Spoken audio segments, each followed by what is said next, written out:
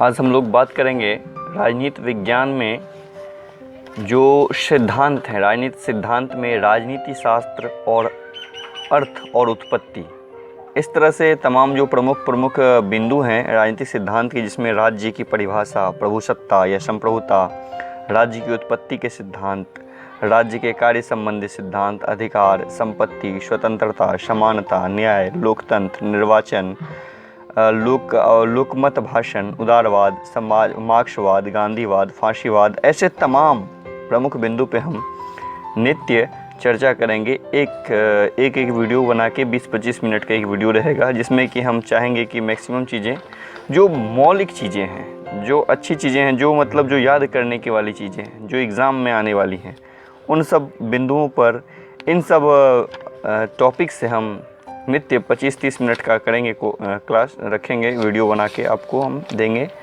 और जिससे फ़ायदा होगा UGC net, JRF, GIC, GDC, LT grade, ऐसे तमाम जो राजनीति विज्ञान के प्रवक्ता और असिस्टेंट प्रोफेसर, ऐसे तमाम परीक्षाओं में जिसमें लाभदायक हो, तो आप हमारे साथ आइए। और आइए शुरू करते हैं। तो आज हम लोग बात करेंगे राजनीति शास्त्र के अर्थ और प्रकृति की। तो पॉलिटिक्स, सबसे पहले राजनीति, पॉलिटिक्स शब्द की उत्पत्ति यूनानी शब्द पोलिस से हुई है, जिसका अर्थ है नगर राज्य। ईसा से 500 वर्ष पूर्व नगर राज्यों को पोलिस कहा जाता था। यूनानी विचारकों ने इन नगर राज्यों की गतिविधियों का नाम पॉलिटिक्स दिया। पॉलिटिक्स शब्द सर्वप्रथम अरस्तु द्वारा प्रयोग किया गया था। फ्रेडरिक पोलक ने राजनीति को दो भागों में विभाजित किया, सैद्धांतिक राजनीति तथा व्यवहारिक राजनीति। सैद्धांतिक राजनीति के अंतर्गत निम्न विषय आते हैं, जैसे राज्य का सिद्धांत, सरकार का सिद्धांत, कानून निर्माण संबंधी, और व्यवहारिक राजनीति में सरकार का वर्तमान रूप, कार्यप्रणाली, कूटनीति, शांति, ये सब चीज़ें आती हैं। अब देखते हैं राजनीति शास्त्र की कुछ परिभाषाएं जो प्रमुख हैं। लिकॉक कहते हैं कि राजनीति शास्त्र केवल सरकार का अध्ययन है। वहीं गिलक्राइस्ट के अनुसार राजनीति शास्त्र के अंतर्गत राज्य तथा सरकार दोनों का अध्ययन किया जाता है। लिकॉक के अनुसार केवल राजनीति शास्त्र के अंतर्गत केवल सरकार का अध्ययन, और गिलक्राइस्ट के अनुसार राजनीति शास्त्र के अंतर्गत राज्य तथा सरकार दोनों का अध्ययन किया जाता है। गवर्नर कहता है राजनीति शास्त्र का प्रारंभ और अंत राज्य से ही होता है। वहीं गेटेल कहता है कि राजनीतिक विज्ञान के अंतर्गत राज्य के अतीत, वर्तमान और भविष्य तथा राजनीतिक संगठन और राजनीतिक सिद्धांतों का अध्ययन किया जाता है। पॉल जेने के शब्दों में राजनीतिक विज्ञान सामाजिक विज्ञान का वह अंग है जिसके अंतर्गत राज्य के आधार तत्वों तथा शासन के सिद्धांतों पर विचार किया जाता है।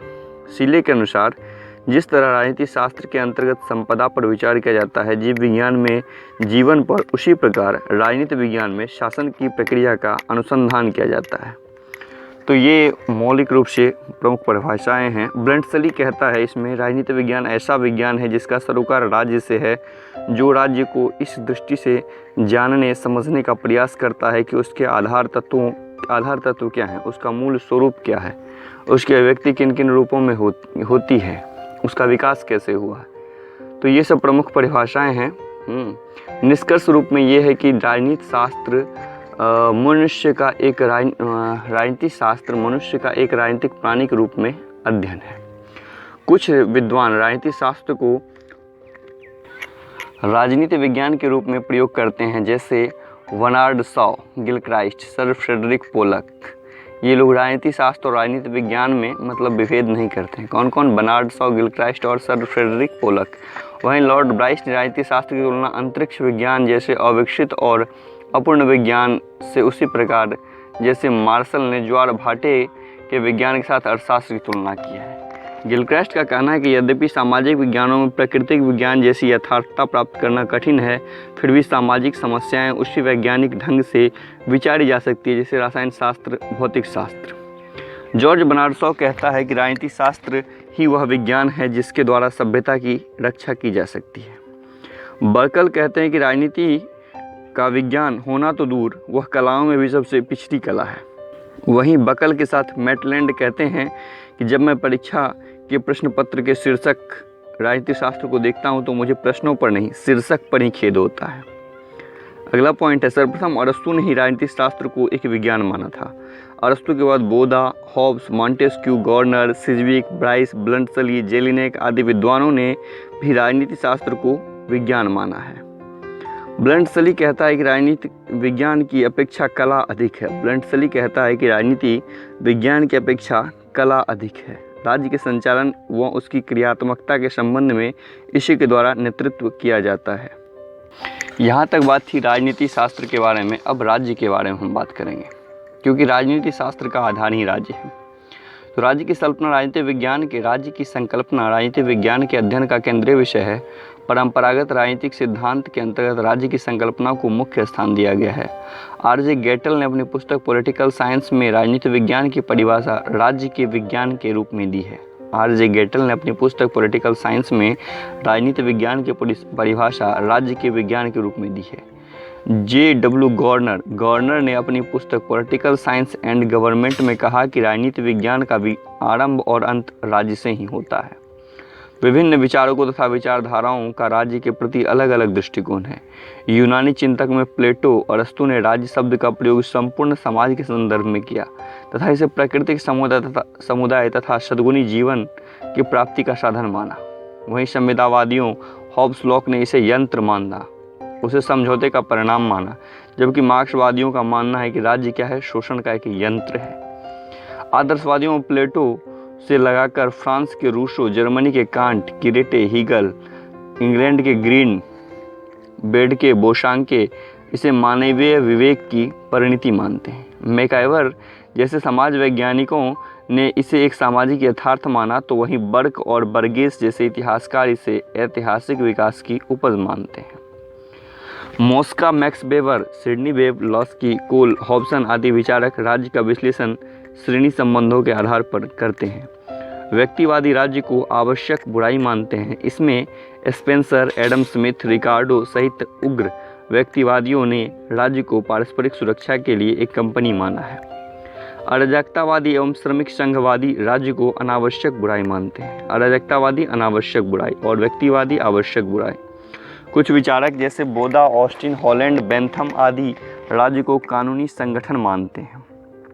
बहुलवादी विचारक डिग्वी, क्रैब, लॉस्की, बॉर्कर, लिंडसे, मैकाइवर राज्य को अन्य समुदाय की भांति एक समुदाय मानते हैं। बहुलवादी विचारक डिग्वी, क्रैब, लॉस्की, बॉर्कर, लिंडसे, मैकाइवर राज्य को अन्य समुदाय की भांति एक समुदाय मानते हैं।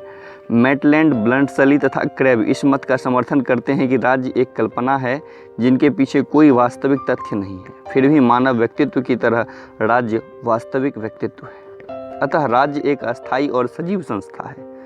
सावयवी सिद्धांत के समर्थक कौन कौन? प्लेटो, रूसो, सिसरो, हॉब्स आदि ने इसकी तुलना मानव शरीर से की है तथा इसे राजनीतिक सावयव माना है। वहीं ब्लंटसली ने तो राज्य की तुलना पुलिस से व चर्च से की है। सर्वाधिकारवादियों में मुसोलिनी, हिटलर आदि ने राज्य को सर्वोच्च संस्था के रूप में माना है। यूनानी विचारकों ने राज्य के लिए नगर राज्य शब्द का प्रयोग किया है। काफ़ी प्रश्न आते हैं, यूनानी विचारकों ने राज्य के लिए क्या शब्द प्रयोग किया है? तो नगर राज्य या सिटी स्टेट शब्द का प्रयोग किया है। यूनानी भाषा में इसे पोलिस कहते हैं। रोमनों ने राज्य के लिए सिविटास पोलिस के अर्थ में और रिपब्लिका नागरिकता के लिए प्रयोग किया है। आधुनिक संदर्भ में राज्य का प्रयोग सर्वप्रथम इटली के राजनीतिक विचारक मैकियावेली, बहुत इंपॉर्टेंट है, आधुनिक संदर्भ में राज्य का सर्वप्रथम प्रयोग इटली के राजनीतिक विचारक मैकियावेली ने 16वीं शताब्दी के प्रारंभ में अपनी पुस्तक द प्रिंस 1513 में किया, जिनका अंग्रेजी अनुवाद द स्टेट होता है। राज्य के लिए बोधा ने रिपब्लिक तथा हॉब्स ने कॉमनवेल्थ शब्द का प्रयोग किया है। बोधा ने रिपब्लिक और हॉब्स ने कॉमनवेल्थ शब्द का प्रयोग किया है, जिसमें उसने समाज, राज्य तथा शासन के तीनों को सम्मिलित किया है। लॉक तथा रूसो ने इसे समुदाय माना है। रूसो ने इसके लिए नया शब्द बाडी पॉलिटिक प्रयोग किया है। समुदाय या निगम जो भी कह लें। अगला है परिभाषा, राज्य की अब परिभाषा। कई सारे महत्वपूर्ण विचारकों ने परिभाषा दी है, उसे हम देखते हैं। राज्य परिवार एवं ग्रामों का ऐसा संगठन है जिसका उद्देश्य पूर्ण एवं आत्मनिर्भर जीवन की प्राप्ति है। क्वेश्चन आता है कि आत्मनिर्भर जीवन की प्राप्ति किसका मतलब ये है परिभाषा है? तो अरस्तु कहता है कि राज्य परिवार और ग्रामों का ऐसा संगठन है जिसका उद्देश्य पूर्ण एवं आत्मनिर्भर जीवन की प्राप्ति है। सिसरो कहता है कि राज्य बहुसंख्यक समाजों का ऐसा संगठन है जो सामान्य अधिकारों और पारस्परिक लाभों को प्राप्त करने के लिए बनाया जाता है। बोधा कहता है कि राज्य परिवारों और उसकी सामान्य संपत्तियों का ऐसा समूह है जो सर्वोच्च शक्ति और विवेक के द्वारा शासित होता है। ब्लेंडसली कहता है कि एक निश्चित प्रदेश के राजनीतिक दृष्टि संगठित लोग राजा हैं। स्पेंसर कहता है कि राज्य एक ऐसी व्यापारिक संस्था है जो व्यक्तियों को परस्पर सुरक्षा का आश्वासन देती है। कांट कहता है कि राज्य सर्वशक्तिमान, दोष शून्य और ईश्वरीय है। हिगल कहता है राज्य पृथ्वी पर ईश्वर का अवतरण है। लूथर कहता है कि शुद्ध राज्य एक ऐसी व्यवस्था है जो ईश्वर और जनप्रिय होती है। वहीं गिलक्राइस्ट कहता है जब बहुसंख्यक व्यक्ति जो किसी निश्चित भूभाग में रहते हो एक ऐसे शासन क्षेत्र के अंतर्गत संगठित हो जाए जो आंतरिक क्षेत्रों में संप्रभुता को अव्यक्त करने का साधन हो और बाह्य साधनों एवं अन्य राष्ट्रों के नियंत्रण से मुक्त हो। लॉस्की कहता है कि राज्य एक ऐसा भूभागीय समाज है जो सरकार और प्रजा में विभाजित है और जो अपने निर्धारित भूभाग के अंतर्गत सभी संस्थाओं में सर्वोच्च है। मैक्स वेबर कहता है राज्य वह इकाई है जिसके पास दंडकारी शक्ति का एकाधिकार होता है। ब्लेंडसली कहते हैं कि राज्य किसी निश्चित प्रदेश के राजनीतिक दृष्टि से संगठित होता है। वहीं विटसन कहते हैं कि राज्य किसी निश्चित प्रदेश में कानून के लिए संगठित लोग हैं। ग्रेसियस कहते हैं कि राज्य स्वतंत्र लोगों का परिपूर्ण संघ है जो अपने परस्पर लाभ की खातिर और कानून के लाभों को आनंद लेने हेतु एकबद्ध हो जाते हैं। अगला पॉइंट है Charles Merriam, Lasswell, David Easton, Almond, David Apter, Harry Eckstein आदि इस दृष्टिकोण से जुड़े का प्रमुख नाम है। व्यवहारवादियों ने राज्य के स्थान पर राजनीतिक व्यवस्था का प्रयोग किया है। इनका नाम इसलिए उल्लेख आया है क्योंकि आधुनिक राजनीति सिद्धांत के अंतर्गत राजनीतिक विज्ञान और राज्य की अवधारणा में क्रांतिकारी परिवर्तन आया है। इसका कारण व्यवहारवादी उपागम है। उदारवादी चिंतन के क्षेत्र में व्यवहारवादी उपागम के प्रवर्तकों का कहना है कि राज्य की संकल्पना को राजनीतिक विज्ञान से निकाल देना चाहिए। इसके पीछे उनका मुख्य तर्क यह है कि राज्य की संकल्पना राजनीतिक यथार्थ या राजनीतिक प्रक्रिया को समझने में कोई सहायता नहीं देती। Charles Merriam, Lasswell, David Easton, Almond, David Apter, Harry Eckstein आदि इस दृष्टिकोण से जुड़े कुछ प्रमुख नाम हैं। व्यवहारवादियों ने राज्य के स्थान पर राजनीतिक व्यवस्था शब्द का प्रयोग किया है। डेविड स्टर्न के अनुसार समाज में मूल्यों को अधिकाधिक निर्धारण करने वाली अंतःक्रिया के समूह को राजनीतिक व्यवस्था कहते हैं। आमंड के अनुसार राजनीतिक व्यवस्था स्वतंत्र समुदाय में प्राप्त अंतःक्रिया की यह व्यवस्था है जो वैध भौतिक बाध्यता का प्रयोग करती है तथा प्रयोग करने की धमकी देकर एकीकरण के अनुकूल कार्य करती है। व्यवहारवादियों ने मनुष्य के राजनीतिक व्यवहार के अध्ययन को महत्व देते हुए अंतः अनुशासनात्मक अध्ययन पर अधिक जोर दिया है, जबकि दूसरी ओर मार्क्सवादी चिंतन के क्षेत्र में राज्य की संकल्पना को निरंतर राजनीतिक विश्लेषण का आवश्यक अंग माना गया है। लेकिन पिछले कुछ दशकों में उदारवादी विचारक भी राज्य की संकल्पना को राजनीतिक सिद्धांत के लिए महत्वपूर्ण मानने लगे हैं। राज्य के तत्व, राज्य के 4 तत्व हैं। क्या क्या? जनसंख्या, भूभाग, सरकार और संप्रभुता। ये 4 चीज़ें हैं। अब इन 4 चीज़ों पे बहुत लोगों ने अपना मत व्यक्त किया है, उसको देखते हैं। ये 4 चीज़ें होना आवश्यक है राज्य के लिए। किसी राज्य की जनसंख्या कितनी हो, इस संबंध में सबसे पहली पॉइंट आते हैं जनसंख्या। किसी राज्य की जनसंख्या कितनी हो, इस संबंध में विचारक एक मत नहीं है। जहाँ प्लेटो आदर्श राज्य की जनसंख्या 5040 बताई है, वही रूसो कहता है कि 10,000 होना चाहिए। अरस्तु का मानना था कि एक आदर्श राज्य की जनसंख्या ना तो अधिक होनी चाहिए ना कम होनी चाहिए। हाँ, इतना अवश्य होना चाहिए कि जीवन आत्मनिर्भर पूर्वक व्यतीत हो, मतलब जहाँ भी रहे वो क्षेत्र आत्मनिर्भर हो।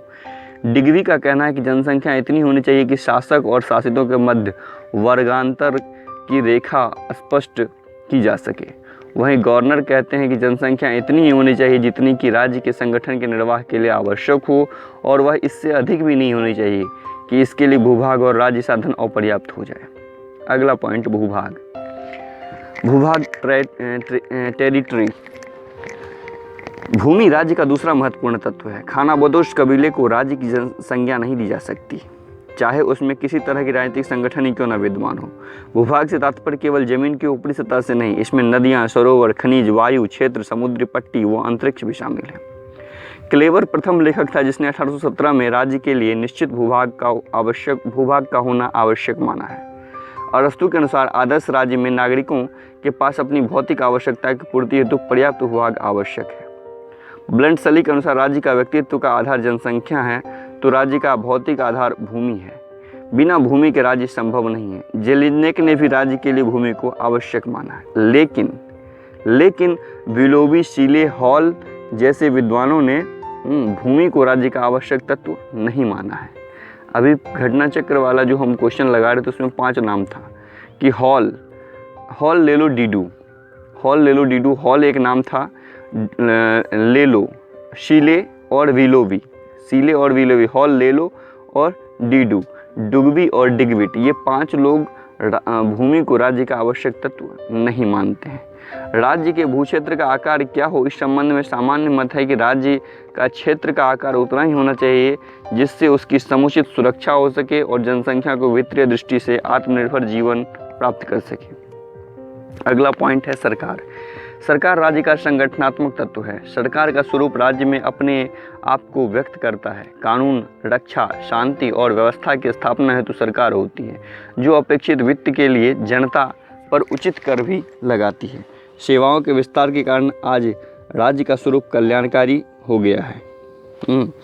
अतः किसी भी राज्य में चाहे कैसी भी शासन प्रणाली क्यों ना अपनाई गई हो, परंतु वहाँ एक स्थिर सरकार होना अति आवश्यक है, क्योंकि राज्य सत्ता व्यवहारिक क्रियान्वयन सरकार द्वारा ही किया जाता है। ब्लंट सली के अनुसार यदि शासन नहीं होगा तो अराजकता होगी और राज्य का अंत हो जाएगा। लिकॉक का कहना है कि सर्वोत्तम सत्ता के प्रति आज्ञा पालन का अस्थायी रूप ही सब कुछ है। जिसकी आवश्यकता है तानाशाही अथवा आतंक का कोई रूप इस शर्तों पर पूर्ति करता है। बिल्कुल उसी प्रकार किसी राजनीतिक समुदाय की स्थापना करता है जिसे शासन, जिसकी सत्ता सामान्य स्वीकृति पर आधारित होती है। और अंतिम पॉइंट है सोवर्जिनिटी, प्रभुसत्ता या संप्रभुता। प्रभुसत्ता राज्य का वह आवश्यक तत्व है जो अन्य सहचर्यों के साथ राज्य को पृथक करता है। यह राज्य की ऐसी शक्ति है जो अपने भूक्षेत्र में अपने आदेशों और कानून का पालन करा सके तथा बाहर के राज्यों के साथ एक इकाई के रूप में संबंध बनाए रख सके। देखिए, सभी चार तत्वों में अगर 3 तत्व विद्यमान हो और प्रभुसत्ता ना हो तो वह फिर राज्य नहीं कहा जाएगा। मतलब यह अति आवश्यक है। कुछ लोगों ने भूमि को नहीं भी माना है, लेकिन प्रभुसत्ता को किसी ने ऐसा नहीं है कि प्रभुसत्ता को राज्य का तत्व नहीं माना है। आगे आते हैं। राज्य अपने इसी लक्षण के कारण विधि सम्मत बल प्रयोग का अधिकार रखता है। यही कारण है कि राज्य की आज्ञा का उल्लंघन करने वाला दंड का भागी होता है। राज्य और अन्य साहचर्य। राज्य और समाज। यूनानी विचारकों ने राज्य और समाज दोनों शब्दों का प्रयोग एक ही अर्थ में किया है। हीगल और कांट जैसे उग्र आदर्शवादियों ने भी दोनों में अंतर नहीं माना है। बार्कर ने भी राज्य एवं समाज को नैतिक उद्देश्यों की दृष्टि से समान माना है, परंतु राज्य और समाज दोनों एक नहीं है। इसमें कई दृष्टियों में अंतर है। समाज राज्य की तुलना में अधिक प्राचीन संस्था है, जबकि राज्य का अस्तित्व समाज के अंदर है। मैकाइवर का कहना है कि रक्त संबंध समाज को जन्म देता है और समाज अंतोगत्वा राज्य की सृष्टि होती है। समाज एक व्यापक, प्राथमिक और अपरिहार्य और स्थिर संगठन है। समाज सहयोग तथा राज्य बल प्रयोग द्वारा आधारित है। समाज सहयोग तथा राज्य बल प्रयोग पर आधारित है। राज्य अपेक्षाकृत संकुचित समाज जन्य कानून व व्यवस्था का द्योतक है। सत्तायुक्त राजनीतिक संगठन है। राज्य के पास दंडकारी शक्ति होती है, जबकि समाज के पास केवल रीति रिवाज और नैतिक दबाव का बल होता है। राज्य की तुलना में समाज का उद्देश्य व्यापक होता है। राज्य के लिए सरकार का होना आवश्यक है, किंतु समाज के लिए नहीं। मैकाइवर के अनुसार राज्य वह संरचना है जो समाज के समतुल्य अथवा उस जैसा व्यापक न अपितु उसके भीतर कुछ निश्चित लक्ष्यों की प्राप्ति के लिए निर्धारक व्यवस्था का रूप बना है। राज्य और नागरिक समाज। मूलतः नागरिक समाज और राजनीतिक समाज को समवर्ती माना जाता है तथा यह शब्द राज्य के पर्याय के रूप में प्रयोग होता है, परंतु नागरिक समाज का पृथक अस्तित्व भी है। सबसे पहले रोमन विचारक मार्क्स तुलिपस सिसरो ने प्रथम शताब्दी ईस्वी पूर्व में राज्य के अर्थ में इस शब्द का प्रयोग किया था। सिसरो की दृष्टि में यह राज्य का बाह्य ढांचा मात्र न होकर एक ऐसा समाज था जिसके सदस्य नागरिकों के रूप में मिलजुल कर रहते थे तथा नागरिक कानून का पालन करते हो। इस दृष्टि से बर्बर जातियों के समुदाय नागरिक समाज की कोटि में नहीं आते हैं। 17वीं शताब्दी में अंग्रेज विचारक जॉन लॉक ने अपने सामाजिक अनुबंध सिद्धांत में नागरिक समाज को राजनीतिक समाज का समवर्ती मानते हुए यह मान्यता रखी कि मनुष्य प्राकृतिक दशा त्याग करके नागरिक समाज में प्रवेश करते हैं और अपने प्राकृतिक अधिकारों की रक्षा के लिए स्थापित करते हैं। इस तरह लॉक के अनुसार नागरिक समाज मानव समुदाय में अनुशासन व्यवस्था और सुरक्षा स्थापित करने का साधन है। 18वीं शताब्दी में फ्रांसीसी विचारक रूसो ने भी नागरिक समाज को राजनीतिक समाज का समवर्ती मानते हुए इसकी संकल्पना एक ऐसे समाज के रूप में की जो सामान्य इच्छा की अभिव्यक्ति है। रूसो ने प्राकृतिक विषमता और परंपरागत विषमता में अंतर करते हुए यह विचार रखा कि नागरिक समाज प्राकृतिक विषमता को तो दूर नहीं कर सकता, परंतु वह सब नागरिकों को कानूनी समानता प्रदान करके उन्हें कानूनी अधिकार की दृष्टि से समान या समकक्ष बना देता है। 19वीं शताब्दी में जर्मन दार्शनिक हेगल ने नागरिक समाज और राज्य में अंतर करते हुए यह मान्यता रखी कि नागरिक समाज विश्वजनीन स्वार्थवाद का क्षेत्र है, जहां व्यक्ति अपने हितों का अधिकतम सिद्धि के लिए सब मनुष्यों के हितों को केवल अपने स्वार्थ की पूर्ति का साधन समझता है। अतः यह विशेष रूप से आर्थिक गतिविधियों का क्षेत्र है। इसके विपरीत राज्य विश्वजनीन यथार्थवाद का क्षेत्र है, जहां व्यक्ति अपने स्वार्थ से ऊपर उठकर संपूर्ण समुदाय के हित में त्याग करने को तत्पर रहता है। 19वीं शताब्दी के उत्तरार्ध में जर्मन दार्शनिक कार्ल मार्क्स ने नागरिक समाज के उन लक्षणों की पुष्टि की जिसे हेगल ने पहचाना था, परंतु मार्क्स ने राज्य और समाज में कोई अंतर नहीं किया। 20वीं शताब्दी के पूर्वार्ध में इतालवी मार्क्सवादी एंटोनियो ग्राम्सी ने मार्क्सवादी विश्लेषण के अंतर्गत पूंजीवादी समाज की अधिरचना को 2 स्तरों में अंतर किया। इसमें एक स्तर नागरिक समाज का है जो आधार के निकट है। इसमें परिवार, पाठशाला और धार्मिक संस्थाएं आती हैं। दूसरा स्तर राजनीतिक समाज का है जिसमें राज्य का बल प्रयोग मूलक संरचनाएं आती हैं। ग्राम्सी ने नागरिक समाज की भूमिका को विशेष महत्व दिया है क्योंकि इसकी संस्थाएं नागरिकों को समाज में व्यवहार के नियमों से परिचित कराती है, जिसे उसने पूंजीवादी समाज की वैधता स्थापक संरचनाएं कहा है। 20वीं शताब्दी के उत्तरार्ध में नव मार्क्सवादी दार्शनिक हर्बर्ट मार्क्यूजे ने यह तर्क दिया कि समकालीन समाज की समस्याओं का विश्लेषण के लिए राज्य और नागरिक समाज के उस स्तर को समझना जरूरी है जिसकी तरफ हेगल ने हमारा ध्यान खींचा था। मार्क्यूजे के अनुसार आधुनिक पूंजीवादी के अंतर्गत राज्य पर नागरिक समाज का प्रभुत्व स्थापित हो जाता है। दूसरी ओर आधुनिक साम्यवाद के अंतर्गत नागरिक समाज पर राज्य का प्रभुत्व स्थापित हो जाता है। उसके अनुसार दोनों स्थितियां नागरिक स्वतंत्रता के मार्ग में बाधा है। नागरिक स्वतंत्रता के लिए आवश्यक है कि समाज में इन दोनों तरह के प्रभुत्व से मुक्त कर दिया जाए। राष्ट्र और राज्य, बहुत लोगों को कन्फ्यूजन रहता है कि राष्ट्र और राज्य क्या है, या भारत राष्ट्र है या राज्य है, बहुत सारी बातें हैं। तो आइए यहाँ पे ये भी क्लियर हो जाएगा। प्रायः लोग राष्ट्र और राज्य दोनों शब्दों का प्रयोग एक ही अर्थ समझते हैं, परंतु दोनों पृथक पृथक संकल्पना है। राज्य एक राजनीतिक संगठन है जबकि राष्ट्र एक सांस्कृतिक अवधारणा है। राष्ट्र शब्द का से अर्थ उन लोगों का समूह है जिसमें विभिन्न जाति, धर्म, भाषा और संस्कृति के होते हुए मानसिक, आध्यात्मिक और राजनीतिक एकता के सूत्र में बंधे हो। राज्य के लिए प्रभुसत्ता का होना आवश्यक है परंतु राष्ट्र के लिए नहीं आवश्यक है। सबसे इम्पोर्टेंट पॉइंट, राज्य के लिए प्रभुसत्ता का होना आवश्यक है परंतु राष्ट्र के लिए नहीं है। राज्य अपने आदेशों को पालन दंडात्मक शक्ति होने के कारण बलपूर्वक भी करा सकता है, परंतु राष्ट्र की इच्छा का पालन प्रजा स्वेच्छा से करती है। प्रोफेसर जिमरन ने दोनों में अंतर स्पष्ट करते हुए कहा कि राष्ट्रीयता धर्म की भांति विषयगत है जबकि राज्य वस्तुनिष्ठ है। प्रथम विश्व युद्ध के बाद 1920 में राष्ट्रीय आत्मनिर्णय के सिद्धांत को विश्वव्यापी स्तर पर स्वीकार किए जाने के पश्चात से न केवल बहुत सारे राज्यों की स्थापना हुई बल्कि इनमें पारस्परिक संबंधों को विनियोजित करने के लिए अंतर्राष्ट्रीय कानून का तीव्र गति से विकास भी हुआ। अब आते हैं राज्य और सरकार। यद्यपि सरकार ही राज्य का मूर्त रूप प्रदान करती है, राज्य सत्ता का व्यवहारिक क्रियान्वयन इसी के द्वारा किया जाता है, लेकिन दोनों में इस आधार पर एक मान लेना उचित नहीं है। सरकार की तुलना में राज्य और अधिक व्यापक और अस्थायी है। मैकाइवर के अनुसार राज्य एक संगठन है और सरकार उसकी प्रशासकीय अंग है। राज्य के पास प्रभुसत्ता होती है और सरकार के माध्यम से इसका प्रयोग करता है। राज्य का अस्तित्व भावनात्मक है जबकि सरकार का अस्तित्व भौतिक है। राज्य का स्वरूप स्थायित्व का है, जबकि सरकार प्रायः बदलती रहती है। सरकारों के बदलने से राज्य का अंत नहीं होता है। राज्य और समुदाय दोनों मनुष्यों की आवश्यकताओं की पूर्ति के लिए प्रयत्नशील है। बहुलवादी विचारक दोनों में अंतर नहीं करते, दोनों में निम्नलिखित अंतर है। राज्य के लिए निश्चित भूभाग का होना आवश्यक है, परंतु समुदाय स्थान राष्ट्रीय और अंतर्राष्ट्रीय कई प्रकार के होते हैं। राज्य की सदस्यता अनिवार्य होती है, परंतु समुदाय की सदस्यता अनिवार्य नहीं होती है। राज्य एक व्यक्ति एक समय में एक ही राज्य का सदस्य हो सकता है, किंतु वह एक समय में एक से अधिक समुदाय का सदस्य हो सकता है। राज्य के पास अपने कानूनों का पालन कराने के लिए प्रभुसत्ता होती है, परंतु समुदाय के पास ऐसी कोई शक्ति नहीं होती। राज्य अस्थायी समुदाय है, जबकि अन्य समुदाय प्रायः अस्थायी होता है। वे किसी निश्चित उद्देश्य की पूर्ति के लिए बनाए जाते हैं और उद्देश्य की पूर्ति के बाद समाप्त भी हो जाते हैं। राज्य का उद्देश्य व्यापक होता है, उसका लक्ष्य भी सभी नागरिकों का कल्याण है, जबकि समुदाय अपने सदस्यों के हितों की पूर्ति करते हैं। राज्य सर्वोच्च संस्था है, वो किसी भी समुदाय के क्रियाकलापों तथा अस्तित्व पर प्रतिबंध लगा सकती है। आधुनिक राष्ट्र राज्य का उदय और विकास। सबसे पहले था कबीला राज्य।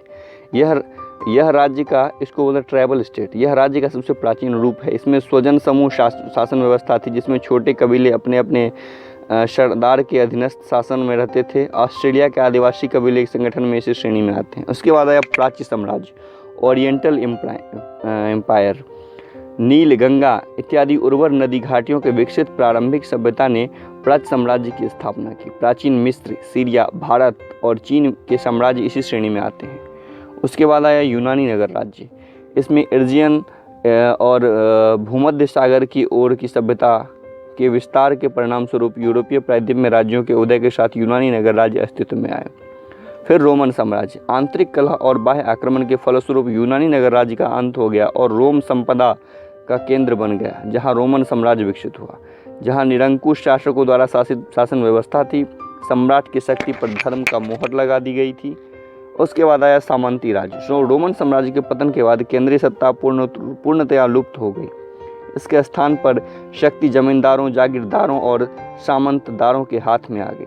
सामंती राज्य का उदय मध्यकाल अर्थात 5वीं शताब्दी में हुआ था और 14वीं शताब्दी के अंत तक आते आते पोप ने अपनी शक्तियों का दुरुपयोग के कारण राज्य का महत्व बढ़ने लगा और राज्य तंत्र की शक्ति को पुनः प्रतिस्थापित किया गया, जिससे सामंती राज्य का पतन हो गया। आधुनिक राष्ट्र राज्य, मॉडर्न नेशन स्टेट्स। यूरोप में 15वीं-16वीं शताब्दी में राष्ट्रीय राज्यों का उदय हुआ। इस तरह पहले France, England, Spain, Switzerland, Netherland एवं रूस में, फिर जर्मनी और इटली में राष्ट्र राज्यों का विकास हुआ। प्रारंभ में राजतंत्र शासन प्रणाली अपनाई गई, परंतु 18वीं शताब्दी में यूरोप में संवैधानिक शासन व्यवस्था का उदय हुआ। इंग्लैंड में यह परिवर्तन शांतिपूर्ण था, परंतु फ्रांस में क्रांति का सहारा लेना पड़ा। इसके बाद उपनिवेश था। इसका पतन के बाद विश्व क्षितिज पर राष्ट्र राज्यों का उदय हुआ।